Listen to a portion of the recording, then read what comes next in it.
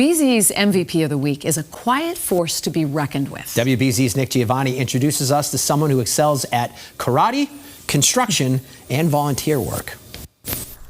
When you step into a dojo, actions speak louder than words. If Sophia said more than 3 words in the whole 6 years that she trained with me, hit it. You know, she was so quiet, but she was devastated. I mean, just an incredible fighter. Soft-spoken, but hard-hitting. It's in the dojo where Duxbury senior Sophia Bethoney says she found her voice, learning the ways of Weichi-Ryu karate under a relative she refers to as Sensei Bob Bethoney, since she was 6 years old. You have to be really focused when you're doing all of this. It's not just kick or punch the bag, you know, you have to really set your mind to it and just go for it. Progressing as far as she could as a kid, up the ranks to a red belt, Bethoney embraced the idea of becoming her best self through the sport. I definitely try to keep an open mind and have a growth mentality, because it's okay to make mistakes or not know how to do something the first time, but as long as you're open and willing to learn, that's most important. Karate teaches you a way of life, and the way of life is the humility, the caring, the things that is most important.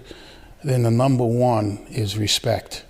That sense of respect driven home in the dojo laid a foundation for what now drives Sophia. She's always been a student, I think, who's very mature and has been a leader, and so she doesn't shy away from conversations with really anyone. Whether she's orchestrating ice cream socials for South Shore senior citizens or following her other passion established early on, growing up not only learning about karate, but construction. When I was about 6 years old, I started pushing brooms at the job sites for my family's construction company. And over time, I really got into the marketing and design aspects that really take place. When she gets home from high school, Sophia often turns the dining room into her interior design room, having mapped out the look of at least a dozen accessory dwelling units, or ADUs, her family's built. I am really excited to see how each project turns out, because it's really cool to have something in your mind and then just to see it in person, it's unreal. Her latest vision she's now trying to make a reality, building an ADU for a homeless veteran. We're looking to do a 100% donated labor and materials ADU because we want to honor them and thank them for their service.